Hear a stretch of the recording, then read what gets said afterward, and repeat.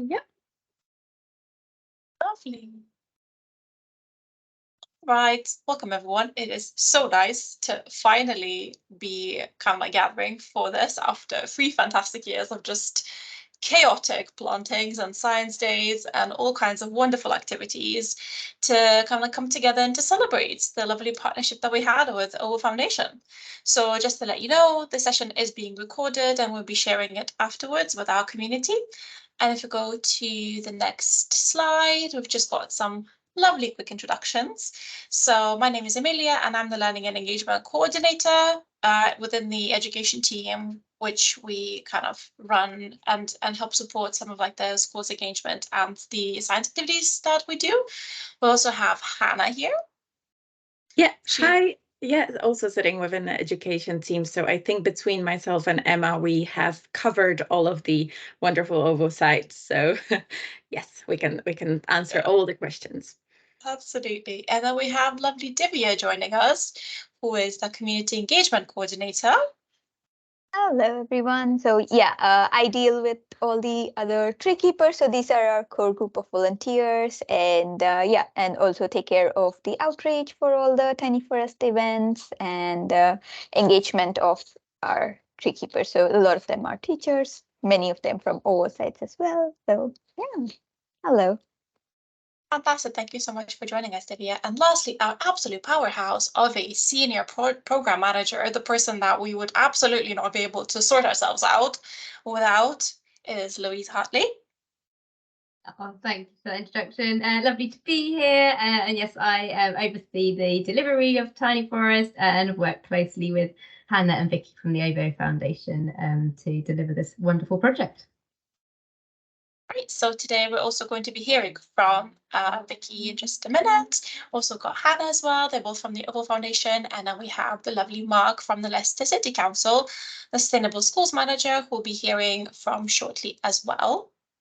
So today we're celebrating the 12 tiny forests that we have across England and Scotland that were funded through our partnership with OVO Foundation that had an education engagement side to it. And today we'll talk about the impact, the activities that we ran through that and the impact that these activities had.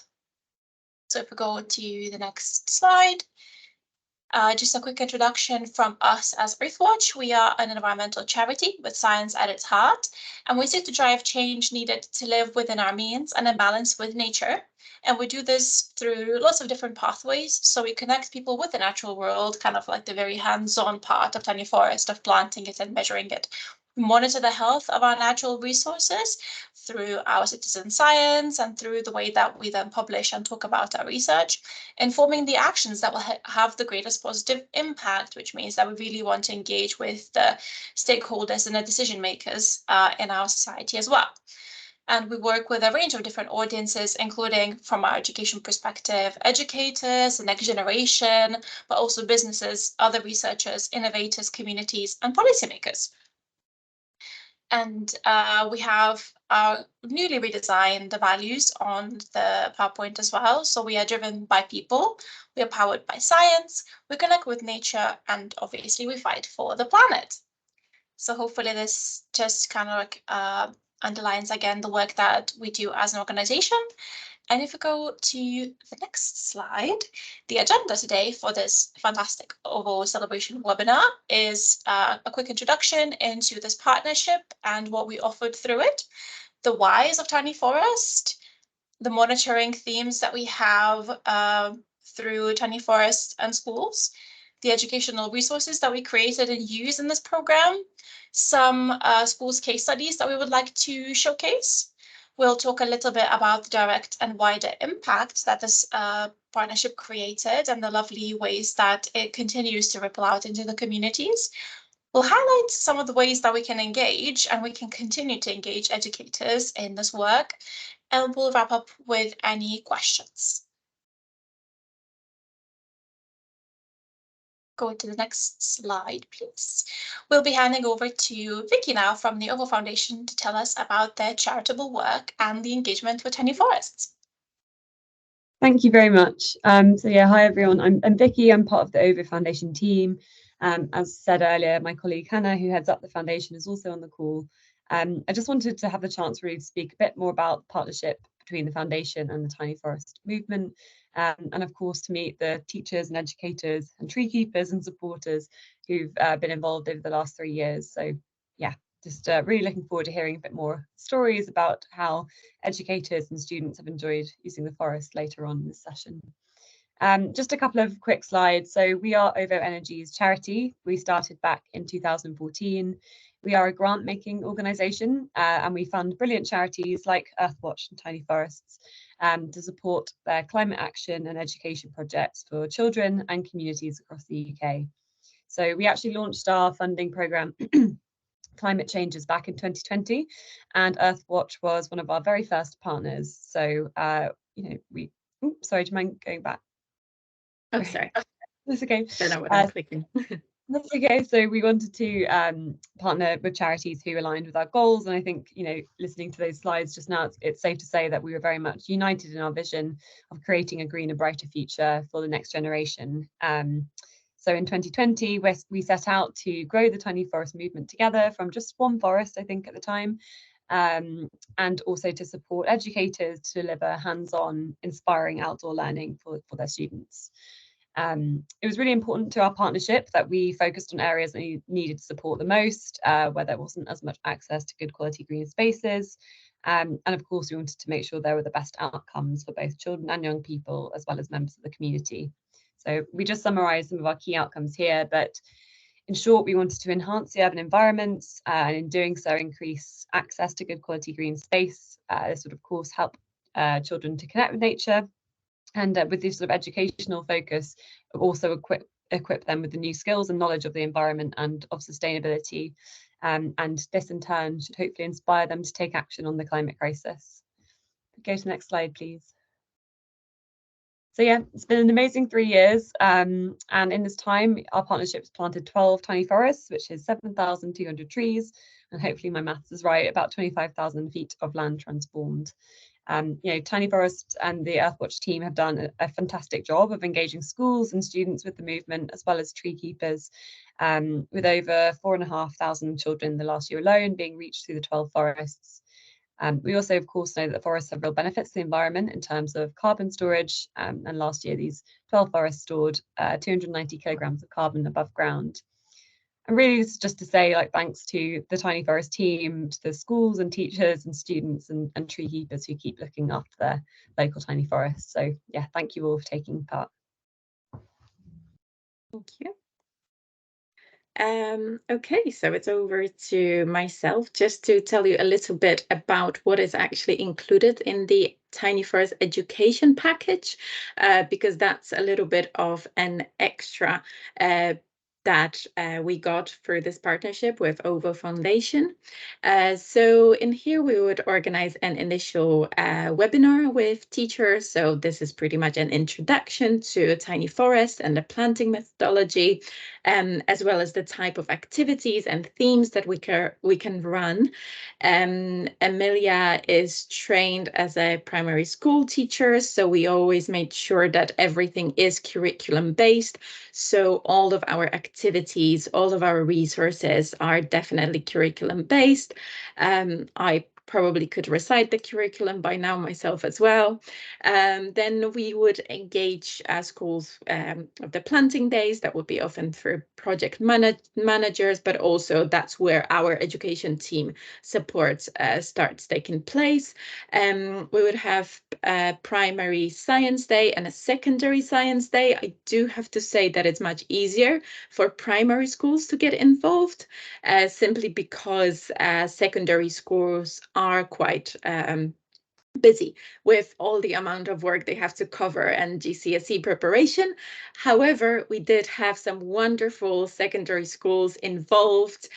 So big shout out to the Wirral, because we worked with a great school in the Dells. And finally, we would also deliver an in-person educator twilight session. And I believe we have Karen joining in. Hi, Karen. Just to say hi, we've already gone through a little bit of an intro, but I know that you know quite a bit of it. Okay, so that's the Tiny Forest education package. And just to run through a few reasons of why we need tiny forests, and I think everyone that's been involved with OVO might know this quite well by now.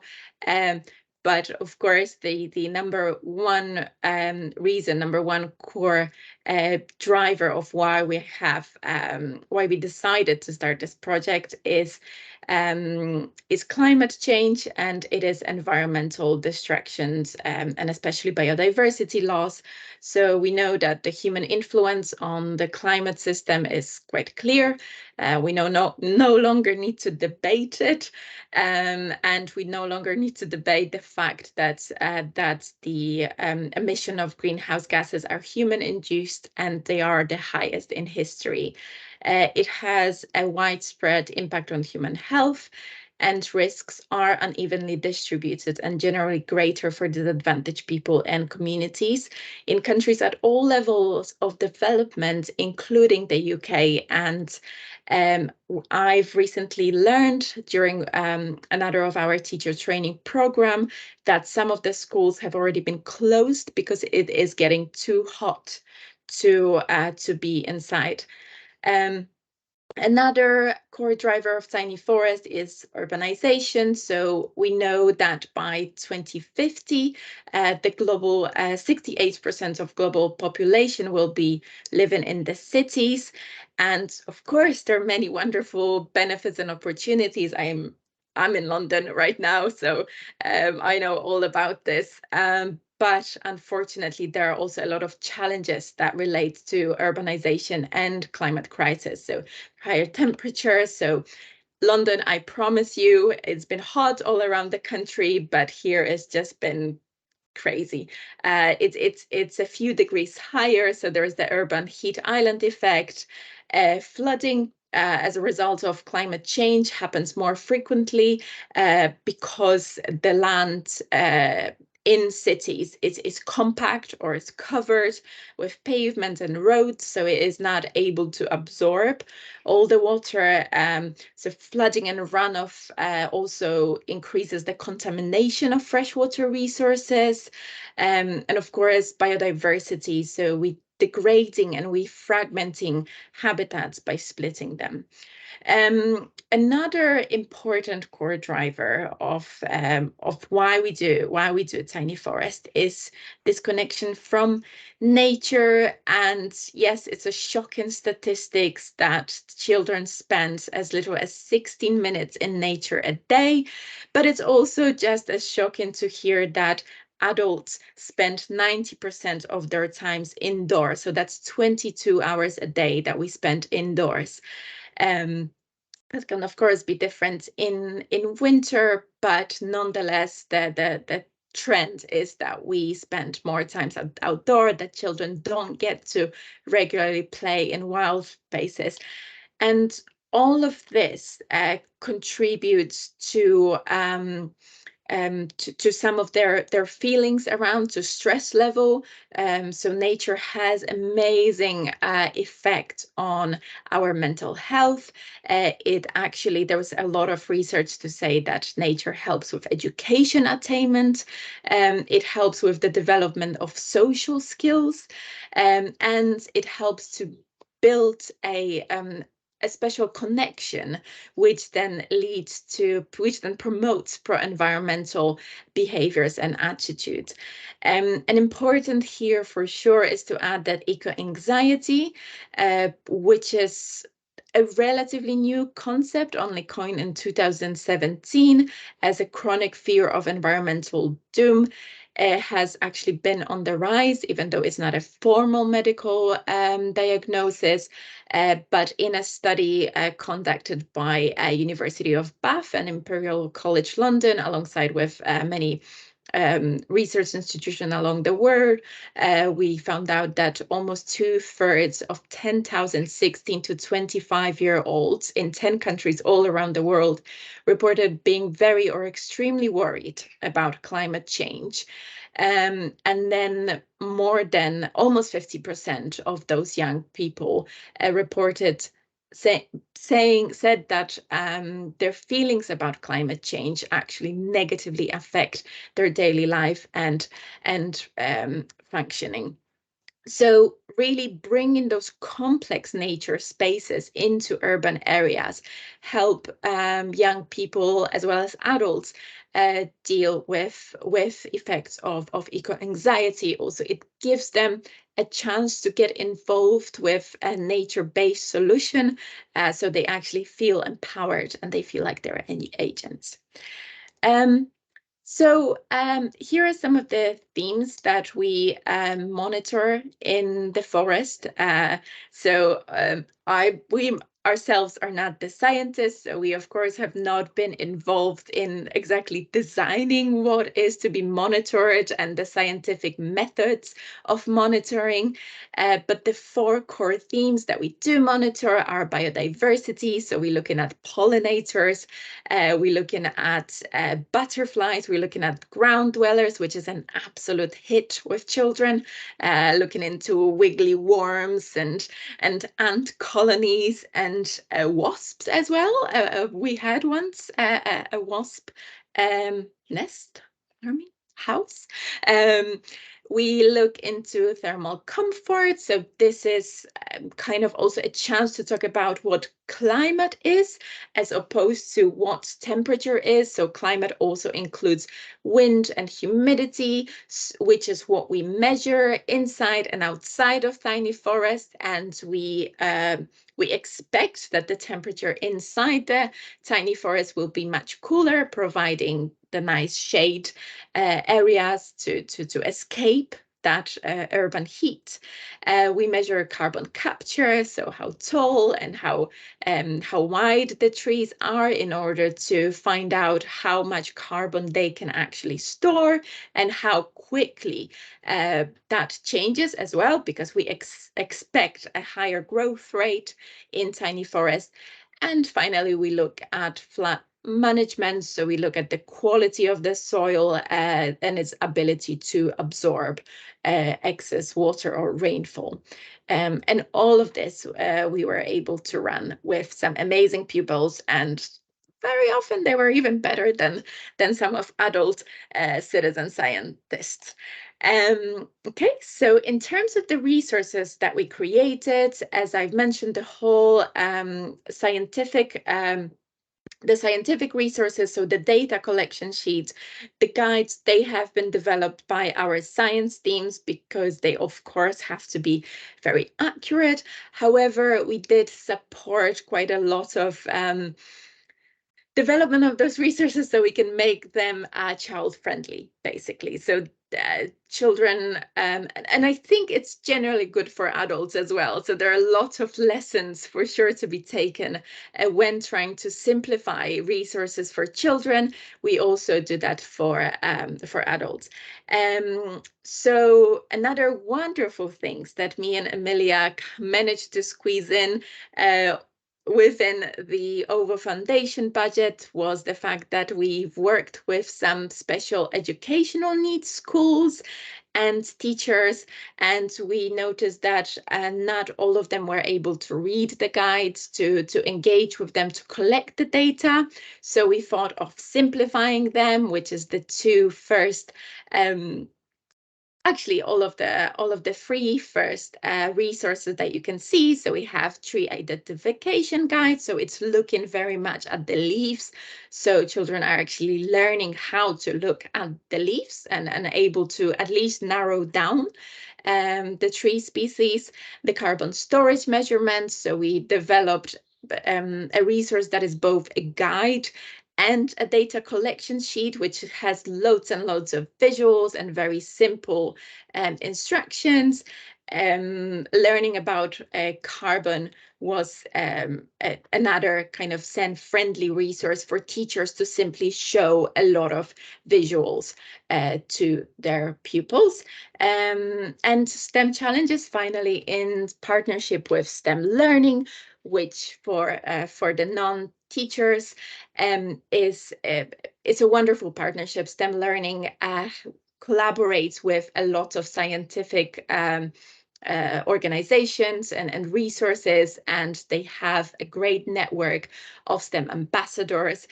So it's a wonderful way of connect and of showing what a great kind of learning experience it is to engage with Tiny Forest. And yes, and now on to the actual OVO locations. So let me change the slide. Yes, so as I've mentioned, we have 12, we planted 12 forests with OVO Foundation. And again, between me and Amelia, we have traveled to all of them. That means that our geography of the UK has improved greatly. It wasn't very good. It still probably isn't very good if somebody is looking at the arrows very closely, but don't mind them. It's just me. What I noticed and realized as preparing this map was how wonderfully spread this actually is. There is absolutely a lot of value in having one area, one region, one city develop a lot of tiny forests, but actually being able to see that we can plant forests from Edinburgh all the way to south to London. I hope it's more south than Bristol, but again, you can question me on my geography knowledge. So it's really beautiful to know and to be able to tell the children that they are part of an amazing nationwide network of tiny forest. They get really excited about it. If we tell them that we also have a tiny forest in Jersey, or if we tell the ones in Bristol that there is one that there are two in Scotland, they're much more motivated and sometimes competitive as well, I have to say. So yeah, I won't be naming all of the sites, but we had the pleasure of visiting them, and there are some wonderful communities. And just I would like to express a huge gratitude towards all of the teachers and all of the fantastic council members that have worked with us with all of the sites. I have so many highlights for each one of them that I visited myself, but that would take another whole webinar for me to cover. So moving on to the next slide, we actually have a video, and I'm so happy to have Karen here because that very video is from her school in London, so William Torbet Primary School. So pupils themselves recorded that video, which is really exciting. So I will play, and I also have to blow on it to make sure that it plays and works. So let's see.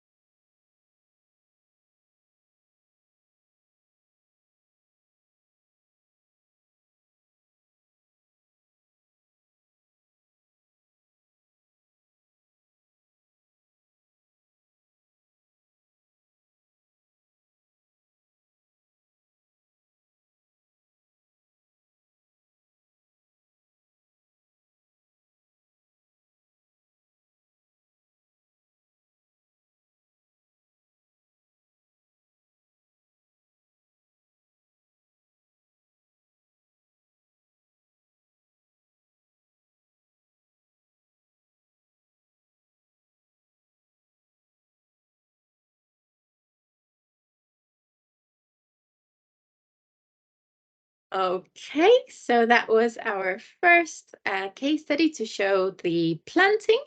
And now from the children point of view as well, we'll look into the science day. So over to Amelia. Did I just play? Yeah, I think we can just play just to say that this is from Leicester's Queensmead. So this was, I think, their second growing season when they filmed this video. Mm-hmm.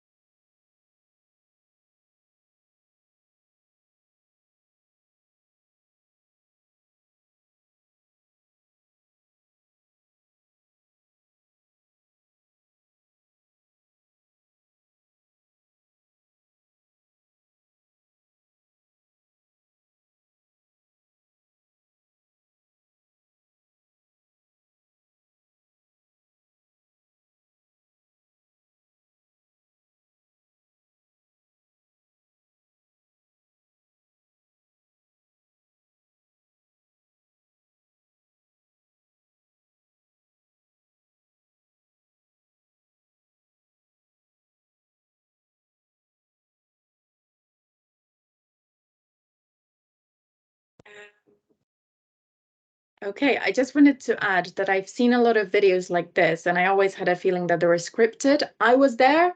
It was not scripted. That's literally what they said themselves. Also, we did not pay them extra, so. Yeah, I think it's probably highlighted by the fact that if you have a year 9, year 8 kids from the secondary school, getting them to actually put mud on their face is impossible. So the fact that they actually did that and then featured that in the video, I think says everything you need to know about the levels of enthusiasm that they had for it, because it's rare. It's rare to engage secondary kids learning science and that. But yeah, going to like pause with Leicester for a moment because we have Mark Tench here, the Sustainable Schools Manager from Leicester City Council, and they have been super keen to engage local community in the schools that have tiny forests. They've planted more tiny forests, but it all started with the Queensmead playing fields tiny forest that they've just taken such a, personal relationship with and such a personal love within the Sustainable Schools team that we wanted to hand over to Mark to tell us a little bit more about how that partnership has all developed and blossomed from this one tiny forest that we planted with OVO. Okay, thank you, and hello everybody. So as was said, Mark Tench, Sustainable Schools Manager at Leicester City Council, and we support schools in Leicester and some in Leicestershire to be more sustainable in everything that they do, and obviously working in school grounds and promoting biodiversity with projects like this are sort of really important to the work that we do. So just starting back in 3.5 years ago, 2020 to 2021, which was the Queensmead Primary. So this is the first time we were involved in Tiny Forest. And yes, that was right in the middle of COVID. I believe it was only Tiny Forest that was actually planted that year with, you know, with members of the public. So you'll see some pictures in a moment, but that was with we planted that with the sort of the children of key workers and sort of vulnerable children that were still in school, if we can all remember back to them times, which seem so long ago. So that's when it all started, and as I said, we'll see some pictures in a second. The following year, we had 9 more tiny forests planted in Leicester, and this was part of Severn Trent's. Severn Trent trying to plant 72 tiny forests, one for each country of the Commonwealth Games, mainly around the Birmingham area. But we sort of stepped in to help with that commitment in quite a sort of small timescale, and 9 forests were planted. And then we decided to go for a grant, a local authority tree fund funding, which we were successful for, and then planted 10 more tiny forests this winter just gone. And just looking into the future, we're still going to try and keep planting tiny forests in every available space. So we've submitted another bid for a local authority tree fund, which is funding from the Forestry Commission, I should say, for 6 more tiny forests. And these are all schools who have expressed an interest for the year just gone, but all schools where there's sort of complications maybe around land agreements and, you know, legal things, but are very interested. So we're sort of working on it already in anticipation that we will be successful. So fingers crossed on that one. You can move on to the next slide, please, somebody. Thank you very much. Apologies for the small writing there. I put this together quite quickly yesterday. So that sort of roughly shows where our tiny forests in Leicester are.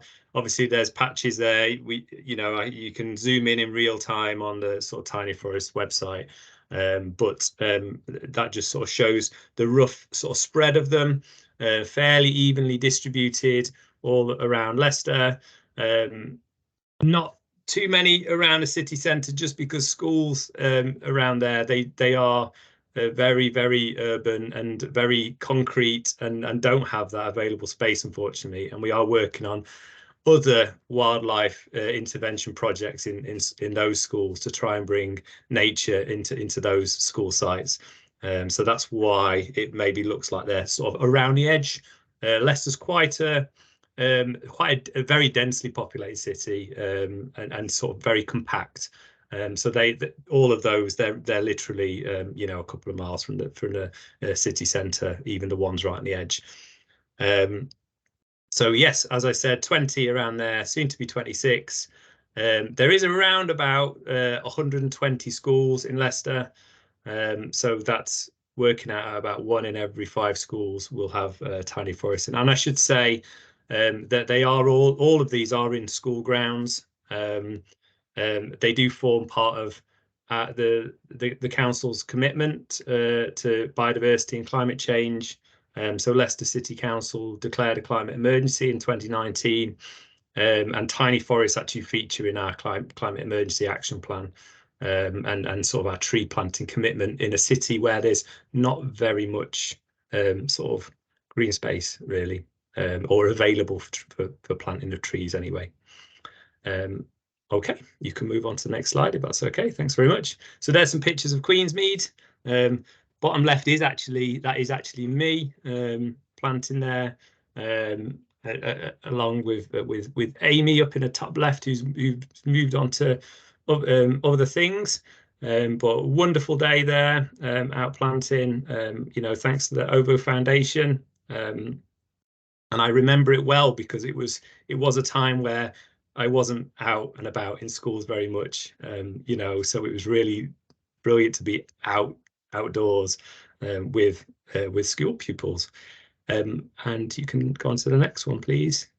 So just a little bit of a mention about those schools. There's a wide range of different schools, all ranging from infant schools all the way to secondary schools and sixth forms. Sort of top left is Barleycroft Primary. That's top right is Fulhurst Community College.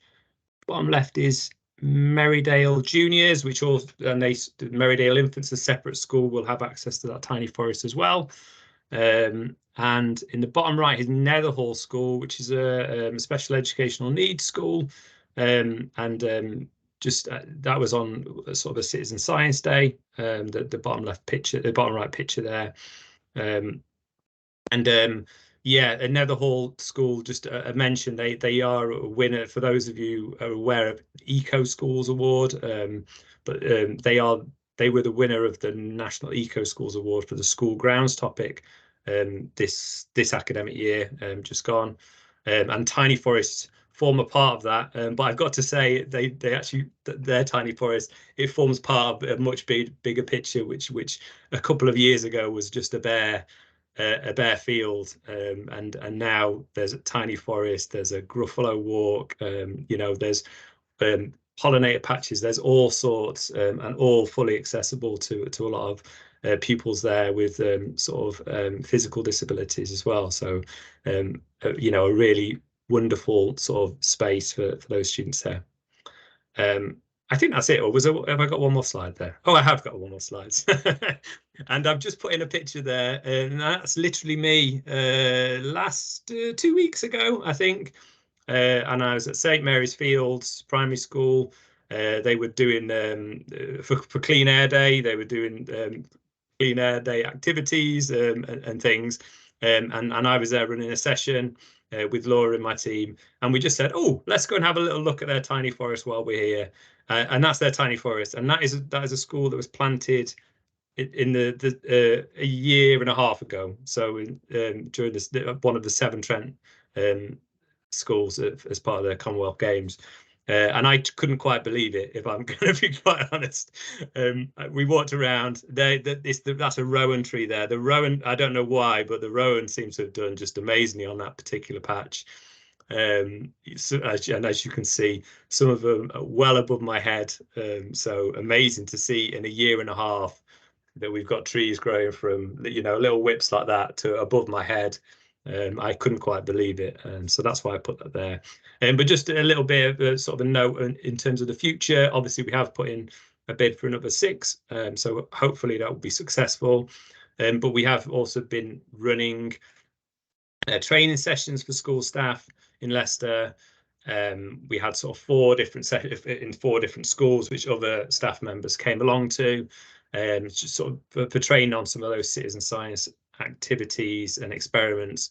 And we've sourced equipment as well for the most recent sort of 10 schools, so that then they are able to do those experiments with their pupils and feel confident about doing it, because a big issue sometimes is school staff not having that confidence to get out of the classroom sometimes. And I say that as an ex-geography teacher as well. You know, it's difficult getting outside sometimes and a little bit out of your comfort zone. So just giving those school staff sort of the skills and the knowledge and the confidence to go out and deliver these sessions, that's what we're aiming for.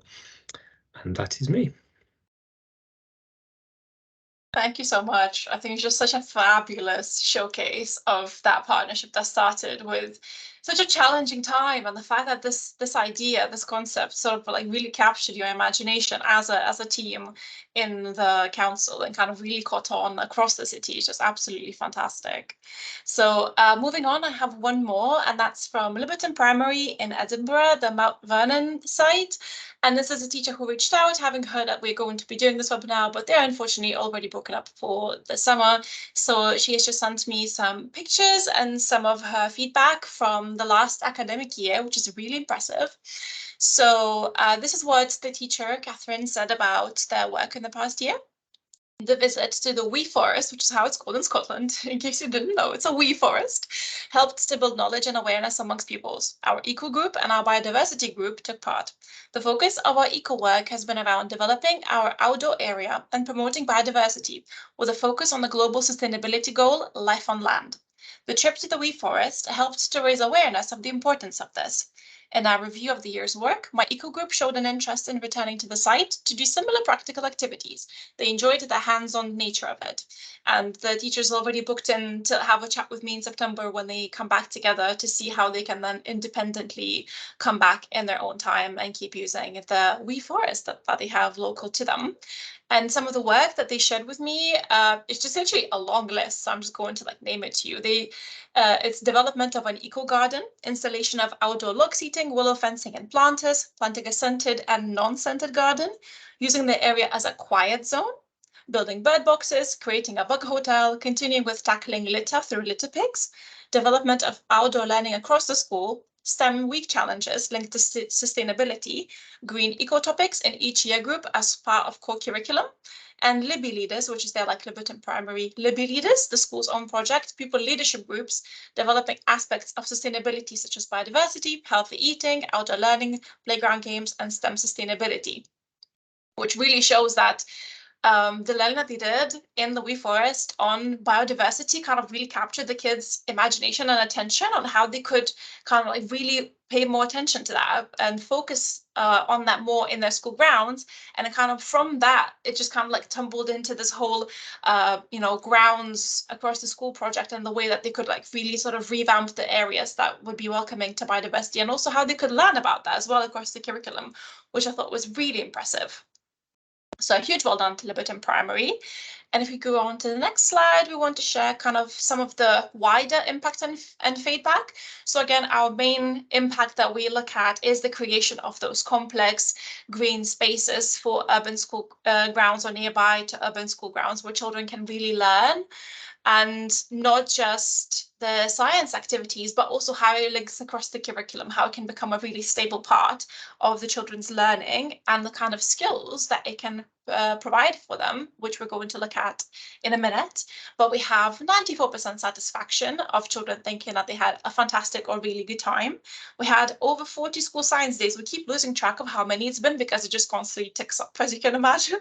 With over 40 school science days, over 7,300 children across the whole Tiny Forest network, and 700 plus teachers across all of the engagement events that we've run. We also have a couple of quotes from a pupil who really eloquently said the whole experience made me energetic, which I love because kids do need to not just be refreshed, but they need to kind of like reinvigorate their love of learning. And I think that Tiny Forest is a wonderful resource for that. And then we have the head teacher at the Oak Street school nearby across the street, actually, saying that children growing up alongside the forest will learn and understand how they can have a positive impact on the natural world.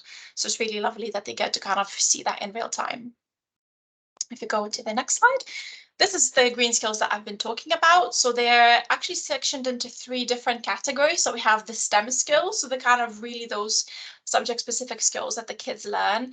We've got the people skills in terms of teamwork and collaboration. And then we also importantly have systemic change skills, which is the well-being, talking about the climate crisis and about political participation as well. So really building those leaders of the future as well. And connecting to that is a bunch of different things and initiatives that Department for Education are running that really beautifully feeds into the schools that have a tiny forest nearby, such as kind of putting all that biodiversity and the green space together into the National Education Nature Park, which is like an online platform to monitor all of that space. There's a Climate Leaders Award, kind of like a Duke of Edinburgh Award. There's a climate literacy survey for school leaders. So we're hoping that the kids from those sites are going to be showing more climate literacy than regularly. And we also have green careers guidance, which also feeds back into the skills that the kids learn along the way. If we go to the next slide, this is just a little shout out to our wider Earthwatch education community, because Tiny Forest is a big part of how we're building that community, but there's so much more to the platform. So if you know anyone that still hasn't had a look at the website, it's a brilliant resource where we post all of our updates, all of the newest resources, all of the environmental news in general. And we even had a teacher from Montreal saying that they are planting a tiny forest in their schools, and they wanted to like share if they could get any advice from us. And also a teacher from Oregon who was coming to the UK in I think about a week's time to meet with one of the teachers, Karen, from William Talbot's primary, to learn about Tiny Forest and how we're running that program in the UK, which I think is fantastic. We're international. We're like global. And I'm going to hand over to Divya now to talk a little bit about our Treekeeper community. Thank you. Yeah, it's so amazing to learn all these things. I mean, I've been part of this program, and every time one of us shares all these lovely, engagement and learnings, it's just like, oh my God, did we do all of this? But yeah, so we also have a lot of community engaged in our tiny forest. So that's one thing that I always say. So planting a tiny forest is just the start of the journey. So there's so much more that happens once it's planted.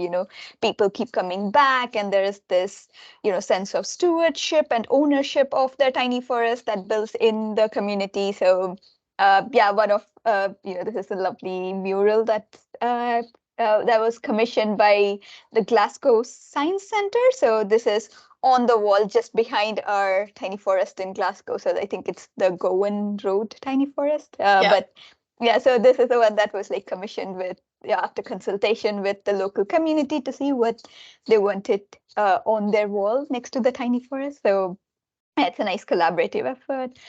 So if we can go to the next slide. And as I said, there's a lot of opportunity to engage with your tiny forest all year round. So we actually prepared this really lovely tiny forest calendar that talks about, the different activities you can engage with your tiny forest all year round. So we have these little milestones that can be kind of ticked off during different months, like when it's a good time to do your biodiversity survey or your carbon storage survey. So you can do that. We recently celebrated the biodiversity week. Like now is a really good time to spot all the pollinators and butterflies in your forest.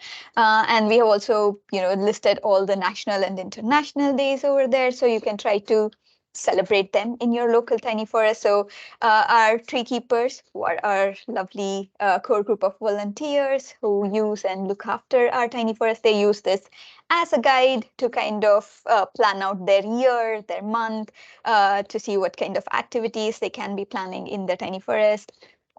And if we go to the next slide. So just a little spotlight on our tree keepers. So tree keepers, as I mentioned before, they're like the guardians of our tiny forest. They are extremely invested in their local tiny forest. Because a lot of them have, planted it, there is this sense of, ownership of the forest that they have planted. So they know exactly what tree that they planted in which part of the forest. So they're there, looking after them. And especially with so many tiny forests around the UK, it's physically not possible for us to keep an eye on them. So these guys are our eyes and ears on the ground who are taking care of the forest. And here we're just trying to pull a bit of, there are 600 of tree keepers across our network of tiny forests, but just try to highlight a few of our lovely OVO tree keepers. So one of our earliest tiny forests by OVO was in Trim Valley, Bristol. And we've got amazing bunch of tree keepers here.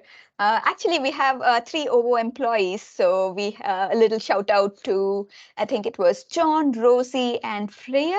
So they're all OVO employees, and they love their tiny forest, and they keep going back to do some weeding, regular litter picking. And they're joined by Chris Wallace. So he's one of our tree keepers who is really invested in the science side of things, so much so that he has installed his own soil moisture sensor in the tiny forest, and he works very closely with our science team to gather his own data. So it goes much beyond what we have actually put in place for our tiny forest in terms of engagement or scientific data collection. So they actually take it on themselves and make it their own project as well. So we have them, and then we have the Queen's Mead primary school. So sorry, this was this was a little shout out to Laura and Mark. So, and yeah, Mark has anyway given us a brilliant overview of the amazing work you guys have been doing there. So and now they are carrying it forward by doing a lot of trainings to the teachers. So they're basically carrying out in-person trainings in a lot of schools, training them on all the science surveys and how to make better use of the tiny forest, how to include the tiny forest in their curriculum. So shout out to them. And then we have the Oak Street Tiny Forest in Wolverhampton. We have Rick and Phil. So they're just amazing. So you see them amongst the tree in the top right corner. So that's Phil and Rick and his dog there in the high-vis jacket. So they have been doing a lot of weeding, so much so that on one of our science days, Phil actually stayed there the entire day clearing off the weeds so the kids could at least get into the forest. So we couldn't have done the science day without him. And then another shout out to Karen, who's joined us. Karen has been amazing in engaging the children in the tiny forest. I love the innovative ways she comes up with. So especially, I think one of my favorite is the tree twinning. So getting the kids into the forest and asking them to pair themselves up with the trees that are the same height as them. Karen, do you want to maybe give us a little, what you guys have been up to in your forest, because you've joined us today? Hi, yeah. Well, actually, today I was out there with reception. Yeah. And we had our musical instruments out, and we've been playing music to the trees today. Oh, that's so awesome. Yeah, they absolutely loved it. They had so much fun. We had all sorts of different percussion instruments, and we'd had a little sit down first of all just to get used to playing the instruments, and then we went for a little walk around. Then after that, we had a little play, and then we laid down just the other side of the fence to the tiny forest, and we had a mindful 5 minutes, and we laid down, closed our eyes, had a listen to the birds and the insects that we could hear. We then thought, we sort of went through our senses. How could we, what's the ground feel like? What could we hear? And then we opened our eyes and looked around while we were laying down. Then we sat up and looked around, see what else we could see. Then we stood up, and then we looked around again, and then we reached up really high to see what we could see up above as well. And reception were amazing. They so loved going into the forest, and just like Mark was saying, ours was planted about 18 months ago as well, and our rowan has just shot up as well. So it's getting a bit tricky with some of the trees to find a twin, but we do still have some smaller ones, thankfully, at the moment. So yeah, coming along well.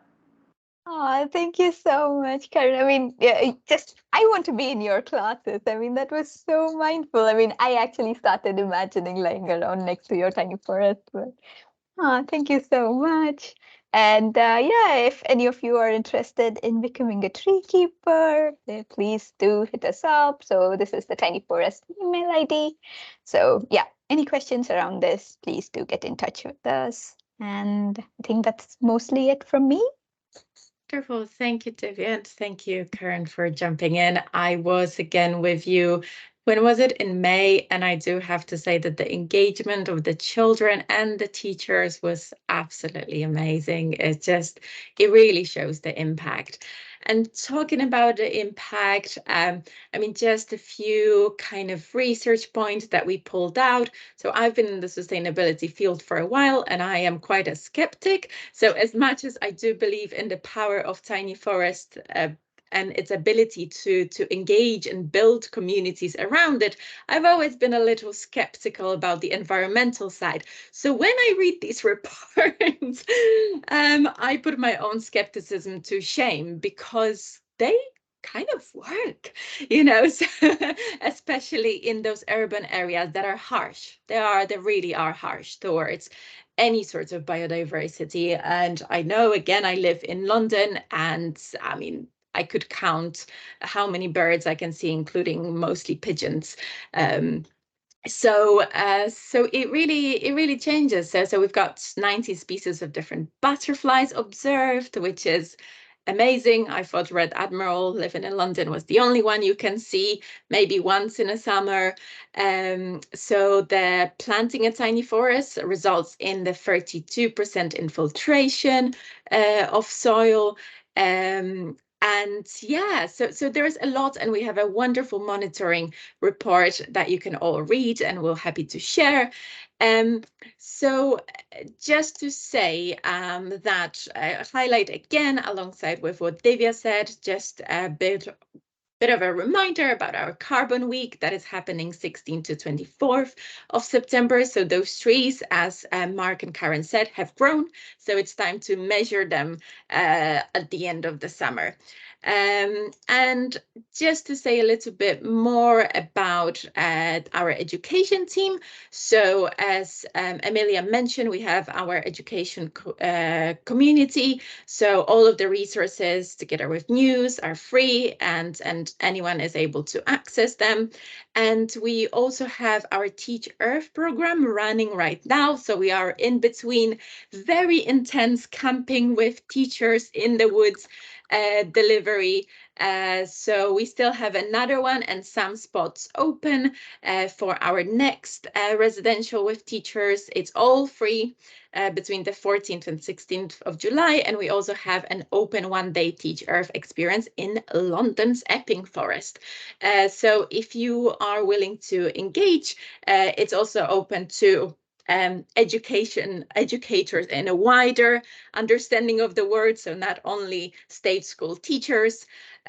So please do get in touch with us or look us up on our website. Just to say, for any questions, do feel free to reach out. Even though we cannot travel to all of those wonderful sites and get involved in those activities, we are happy to receive all of the questions, including such as, and these are real emails, questions about dormouse kind of observations, to those requests from teachers from Oregon who were so inspired by our models that decided to collect money and plant a tiny forest themselves in a school over there. So please do reach out with any questions, either to our education team or wonderful Divya with the Tree Keepers. And I believe this is it. Emilia, do you have anything to add before I say a big thank you in many languages? I will not read them out loud, although I did learn Lithuanian. Ačiū, right? Yes, okay.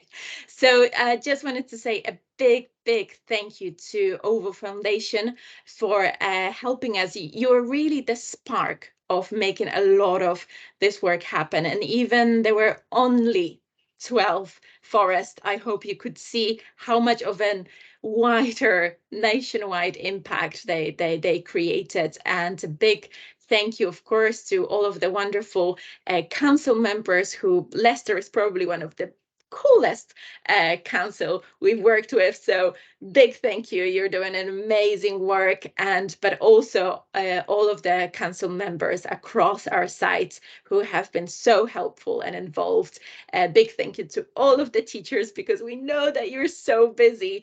We absolutely know how hard it is to sometimes add another thing to already packed curriculum, but nonetheless, you are so involved. And so big shout out. And of course, to all of our colleagues in the Tiny Forest team and the education team. It's a big collaboratory effort. So it could not happen with one person. And as I say, do stay in touch, and thank you so much.